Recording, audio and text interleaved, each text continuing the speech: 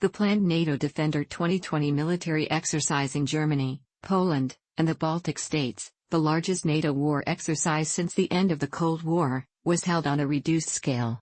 The Campaign for Nuclear Disarmament's General Secretary Kate Hudson criticized the exercise, saying it jeopardizes the lives not only of the troops from the U.S. and the many European countries participating but the inhabitants of the countries in which they are operating. The Iranian government has been heavily affected by the virus, with about 24 parliament members and political figures infected.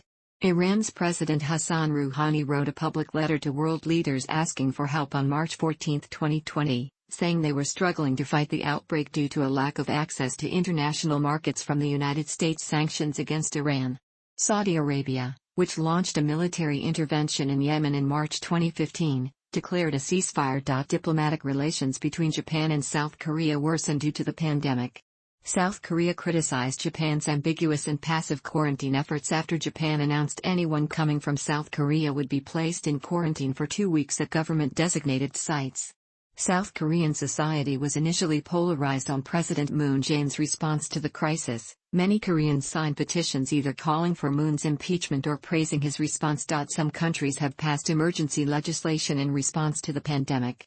Some commentators have expressed concern that it could allow governments to strengthen their grip on power. In the Philippines, lawmakers granted President Rodrigo Duterte temporary emergency powers during the pandemic.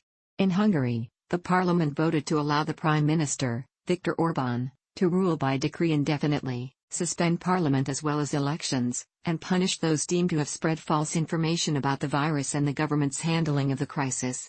In some countries, including Egypt, Turkey, and Thailand, opposition activists and government critics have been arrested for allegedly spreading fake news about the COVID-19 pandemic. In India, journalists criticizing the government's response were arrested or issued warnings by police and authorities.